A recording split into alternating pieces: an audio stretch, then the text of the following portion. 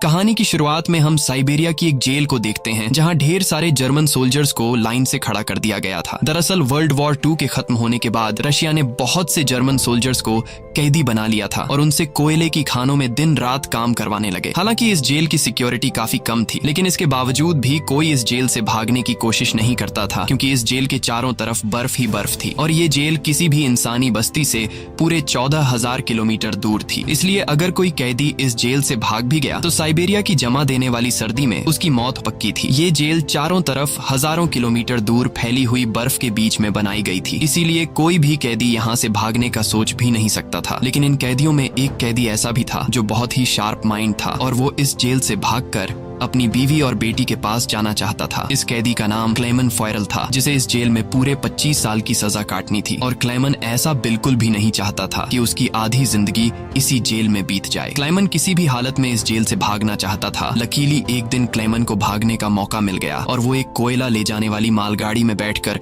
इस जेल से भाग निकला। अब जेल के बाहर जब उसने खुले आसमान में सितारों को देखा तो वो खुशी से झूम उठा, लेकिन ये खुशी कुछ ही देर की मेहमान थी। थोड़ी दूर चलने के बाद उस मालगाड़ी को रोक दिया गया और जब क्लेमन ने बाहर झांक कर देखा तो एक रशियन सोल्जर बंदूक ताने उसके सामने खड़ा था। बदकिस्मती से यहाँ क्लेमन पकड़ा गया और जेल से भागने के जुर्म में उसे एक ओपन एयर सेल में बंद कर दिया गया। सर्दी बहुत ज्यादा थी और रात में होने वाली बारिश ने क्लेमन की हालत खराब कर दी थी। उस सेल में क्लेमन को कुछ घंटों के लिए नहीं बल्कि पूरे 2 दिनों तक रखा गया। अब पूरे 2 दिन बाद अगली सुबह जेल का वार्डन उसके पास आया और उसे सेल से बाहर निकाल कर उससे कुछ भी टॉर्चर नहीं किया गया, बस सिर्फ ये बोला कि तुम्हारे साथी बेसब्री से तुम्हारा इंतजार कर रहे हैं। अब जब क्लेमन अपने साथियों से मिला तो वो सब लाठियां और डंडे लेकर उसका इंतजार कर रहे थे। वो सब क्लेमन पर बहुत गुस्सा थे क्योंकि क्लेमन के भागने की वजह से उन सबको पिछले 2 दिनों से भूखा रखा गया था और क्लेमन को अब वार्डन की बात समझ में आ गई कि उसने क्यों कहा था कि तुम्हारे साथी तुम्हारा इंतजार कर रहे हैं। अब क्लेमन को देखते ही बाकी कैदियों ने उस पर हमला कर दिया और उसे बहुत बुरी तरह से मारा। इस मारपीट में क्लेमन इतना जख्मी हो गया कि उसे जेल के हॉस्पिटल में एडमिट करना पड़ा। इस जेल का डॉक्टर भी एक जर्मन कैदी था। जैसे ही क्लेमन होश में आया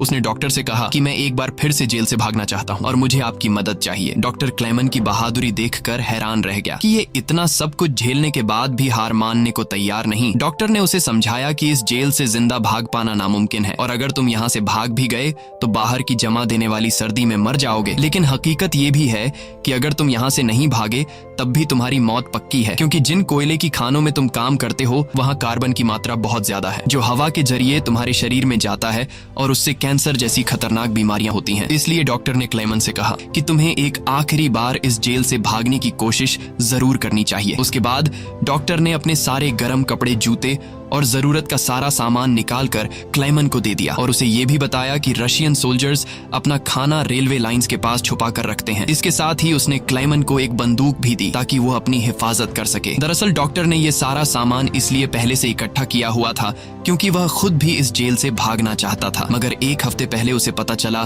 कि वह कैंसर का मरीज है और उसके पास 1 महीने से ज्यादा वक्त नहीं है। अब उसने क्लेमन को एक लंच बॉक्स दिया और कहा कि अगर तुम जिंदा बच गए तो मेरी फैमिली तक ये लंच बॉक्स पहुंचा देना और कहना कि मैं इस दुनिया में अब नहीं रहा। यहाँ एक बार फिर से रात के अंधेरे में क्लेमन दोबारा भाग निकला और इस बार उसने मालगाड़ी की बजाय पैदल चलने का फैसला किया। वो पूरी रात पैदल चलने के बाद सुबह भी चलता रहता है क्योंकि उसे डर रहता है कि कहीं रशियन सोल्जर उसे पकड़ न ले। अब जब सुबह वार्डन को पता चला कि क्लेमन जेल से फरार हो चुका है तो वो सीधा डॉक्टर से पूछताछ करने उसके कमरे में पहुंचा, लेकिन उसके पहुंचने से पहले ही डॉक्टर ने अपनी जान ले ली थी क्योंकि उसे पता था कि क्लेमन के भागने की खबर सुनने के बाद वार्डन मुझे बहुत तड़पा कर मारेगा। इसके बाद वार्डन ने कई रशिया सिपाहियों को क्लेमन की तलाश में भेजा और उसे जिंदा पकड़कर वापस लाने का हुक्म दिया, लेकिन कई दिनों की तलाश के बाद भी उसे क्लेमन का कोई पता न चल सका। क्लेमन की खुशकिस्मती ये थी कि बर्फबारी स्टार्ट होने की वजह से उसके पैरों के निशान मिटते जा रहे थे, जिससे क्लेमन को ढूंढना मुश्किल पड़ रहा था। अब सबको लगने लगा कि क्लेमन इस सर्दी में जमकर मर चुका होगा, मगर वार्डन मानने को तैयार नहीं था क्योंकि वार्डन जानता था कि क्लेमन बहुत स्ट्रॉन्ग है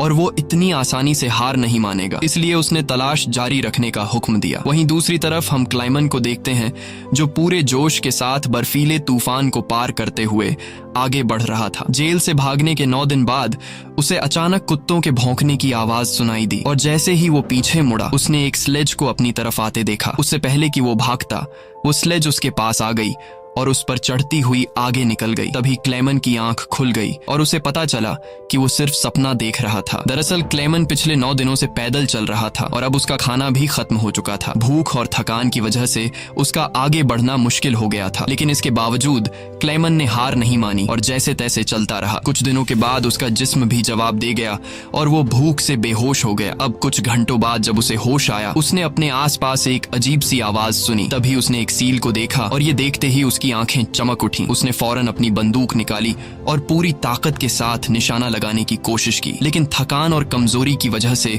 उसका निशाना गलत हो गया और वो सील वहां से भागने लगी। क्लेमन, जिसे कई दिनों बाद जिंदा रहने की एक छोटी सी उम्मीद मिली थी, वो इस उम्मीद को हाथ से नहीं जाने दे सकता था। क्लेमन फौरन उसके पीछे दौड़ा, लेकिन दौड़ते वक्त क्लेमन बर्फ टूटने की वजह से पानी में गिर जाता है, जिससे उसके पैर में चोट आ जाती है। लेकिन जख्मी होने के बावजूद वो सील का पीछा करने लगा। क्लेमन जैसे ही गोली चलाने वाला था, वो सील एक चट्टान के पीछे छिप गई। क्लेमन और आगे बढ़ता है और सील को दोबारा देख लेता है। उससे पहले कि वो पानी में जाती, क्लेमन ने अपनी आखिरी गोली चलाई और खुशकिस्मती से वो गोली उसे लग गई। ये देखकर क्लेमन खुशी से झूम उठा, क्योंकि अब सफर के दौरान उसे खाने की फिक्र नहीं थी। कई दिनों के बाद क्लेमन ने पेट भर कर खाना खाया और थोड़ा आराम करके अपना सफर जारी रखा। अब इतने लंबे सफर में क्लेमन बिल्कुल अकेला था और उसके चारों तरफ बर्फ के अलावा कुछ भी न था। इस माहौल में उसकी दिमागी हालत खराब हो सकती थी, इसलिए वो खुद से बातें करता और पॉजिटिव बातें कहकर खुद को आगे बढ़ने के लिए मोटिवेट करता। इसके साथ ही वो हर वक्त कैंपस के जरिए अपने रास्ते को देखता है, ताकि वो इस बर्फीली वादी में कहीं खो न जाए। इसी तरह दिन गुजरते गए और फिर महीने, लगातार 2 महीने चलने के बाद क्लेमन को इस बर्फीले मैदान में एक छोटा सा पेड़ दिखाई दिया। इस पेड़ को देखकर क्लेमन इतना खुश हुआ कि जैसे उसे कोई खजाना मिल गया हो और वो भागकर उस पेड़ को गले लगा लेता है। दरअसल ये पेड़ इस बात की निशानी थी कि क्लेमन लगातार 2 महीने चलने के बाद अब ये बर्फीला मैदान क्रॉस कर चुका है और आगे जंगल शुरू होने वाला है। थोड़ा ही आगे चलने के बाद ठीक वैसा ही हुआ जैसा उसने सोचा था। अब यहाँ से जंगल शुरू होने वाला था। बर्फ का इलाका खत्म हो रहा था। वो जंगल में बहुत खुश था। वो लकड़ियां इकट्ठा करके आग जलाता है और कई महीनों बाद पहली बार सुकून से सो जाता है। पर अगला दिन उसके लिए सुकून का था या नहीं, ये कोई नहीं जानता। दूसरी तरफ हम वार्डन को देखते हैं, जो अब भी क्लेमन की तलाश में था और उसने अपनी सर्च पार्टी को हुक्म दिया कि वो 500 किलोमीटर के दायरे में क्लेमन की तलाश करें। वहीं क्लेमन एक जंगल से होता हुआ आगे बढ़ रहा था कि अचानक वहाँ एक बर्फीला तूफान आ गया। ये तूफान इतना तेज था कि बड़े बड़े पेड़ भी जमीन से उखड़कर गिरने लगे। क्लेमन जैसे ही आगे बढ़ने की कोशिश करता है, एक बड़ा सा पेड़ सीधा उस पर गिर जाता है। क्लेमन की किस्मत अच्छी थी कि शाम में 2 आदमी यहाँ से गुजरे जो सोने की तलाश में थे। उन्होंने क्लेमन को देख लिया और वक्त पर उसकी जान बचा ली। उसके बाद ये तीनों एक साथ आगे बढ़े और कई दिनों के सफर के बाद बर्फीले मैदान से बाहर निकल आए। रास्ते में उन्हें एक दरिया मिला, जिसे पार करने के लिए उन्होंने लकड़ी की एक कश्ती बनाई। दरिया पार करते वक्त वह आपस में बातें करने लगे और एक दूसरे को बचपन के किस्से सुनाने लगे। लेकिन इसी बीच दरिया का बहाव तेज हो गया और कश्ती काबू से बाहर होने लगी। ऐसे में एक साथी का तवाजुन बिगड़ गया और वह सीधा पानी में जा गिरा। उसे तैरना नहीं आता था, वह डूबने लगा। ये देखकर क्लेमन ने पानी में छलांग लगा दी और किसी तरह उस आदमी को किनारे तक लाकर उसकी जान बचाई। दूसरी तरफ उनका दूसरा साथी उन दोनों को डूबने के लिए छोड़ देता है और अकेला आगे बढ़ गया। उसका दूसरा साथी बहुत ही लालची था। उसे लगा कि वो दोनों मर गए होंगे और लालच के चलते उसने अपने दोस्त का सोना भी खुद के पास रख दिया। थोड़ी देर बाद जब क्लेमन और दूसरा आदमी टेंट तक पहुंचे तो उस आदमी को अपने दोस्त पर बहुत गुस्सा आया और उसने उसे गोली मारकर उसकी जान ली। उसके बाद क्लेमन और वह आदमी ने सामान उठाया और सफर जारी रखा। वे दोनों कई महीनों तक इसी उम्मीद पर चलते रहे कि कोई इंसानी आबादी उन्हें मिल जाए। लेकिन दोबारा सर्दियों का मौसम आ गया और हर तरफ के जंगलात बर्फ की सफेद चादर में छुप गए। उस आदमी ने जो सामान उठाया था वह काफी भारी था, इसलिए उसे बर्फ में चलने में मुश्किल हो रही थी। ये देखकर क्लेमन ने उसका बोझ हल्का करने की कोशिश की और कहा कि कुछ देर के लिए अपना सामान मुझे दे दो। लेकिन यहाँ उस आदमी को शक हुआ कि शायद क्लेमन भी उसका सोना चुराना चाहता है, इसलिए उसने क्लेमन पर हमला करके उसे नीचे धकेल देता है, जिससे क्लेमन बेहोश हो जाता है। थोड़ी देर बाद क्लेमन को होश आया तो उसने देखा कि भेड़ियों का एक झुंड उसकी तरफ आ रहा है।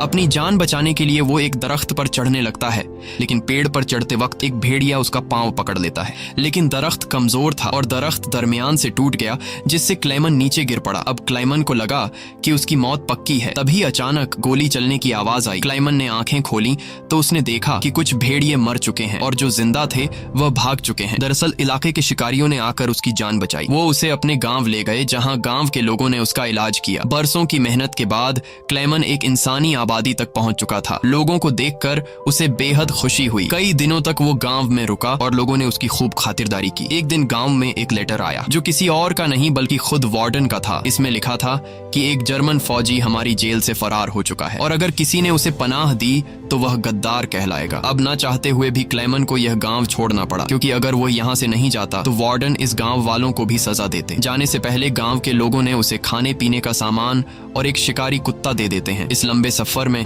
अब क्लेमन का एक साथी भी बन गया है, इसलिए अब उसे अकेलापन महसूस नहीं हो रहा था। वे दोनों कई दिनों तक चलते रहे। रास्ते में उन्हें एक लकड़ी की फैक्ट्री नजर आई और कुत्ता खाने की तलाश में उसकी तरफ दौड़ा। अब क्लेमन अपने कुत्ते को बचाने के लिए मिल के अंदर गया। वहां वर्करों ने क्लेमन को पहचान लिया और उसे मालिक के पास ले गए। वहां जाकर क्लेमन ने मालिक को अपनी पूरी कहानी सुनाई, जिससे सबको क्लेमन पर तरस आया। उन्होंने उसे खाना खिलाया और जर्मनी जाने वाली ट्रेन में बिठा दिया। क्लेमन खुश था कि वह जल्द अपने घर पहुंच जाएगा, लेकिन वो नहीं जानता था कि मिल के मालिक ने उसकी खबर वार्डन को दे दी है। अब वार्डन अपने सिपाहियों के साथ स्टेशन पर उसका इंतजार कर रहा था, लेकिन स्टेशन पहुंचने से पहले क्लेमन ने दूर से रशियन सोल्जर्स को देख लिया और मौका मिलते ही ट्रेन से कूदकर भाग निकला। मगर बदकिस्मती से रशियन सिपाहियों ने उसे देख लिया और उसका पीछा करने लगे। क्लेमन ने जल्दी से पटरियां पार की, लेकिन अचानक न जाने वार्डन कहां से सामने आ गया। ये देखकर क्लेमन का दिल घबरा गया, क्योंकि अब उसे लगा कि उसकी बरसों की मेहनत जाया हो गई। अब इससे पहले कि वार्डन उसे गिरफ्तार करता, क्लेमन के कुत्ते ने वार्डन पर हमला करके उसे काट लिया और यूं एक बार फिर से क्लेमन को भागने का मौका मिल गया और वह पूरी जान लगाकर यहाँ से भागने लगा। लेकिन तभी उसे गोली चलने की आवाज आई और जब उसने पीछे मुड़कर देखा तो उसने अपने कुत्ते को मरा हुआ देखा। ये देखकर क्लेमन को काफी दुख हुआ, लेकिन इसके बावजूद भी वो रुका नहीं और अपनी पूरी ताकत से आगे बढ़ता रहा। उसके बाद वो पुल के ऊपर चढ़ा और नीचे से गुजर रही ट्रेन के ऊपर कूदकर वहां से भाग निकला और कुछ इस तरह से वो वार्डन के हाथों से फिर बच निकला। अब ऐसे ही दिन गुजरते गए और क्लेमन आहिस्ता आहिस्ता इस सफर में आगे बढ़ता रहा। देखते ही देखते साल 1952 आ गया और अब क्लेमन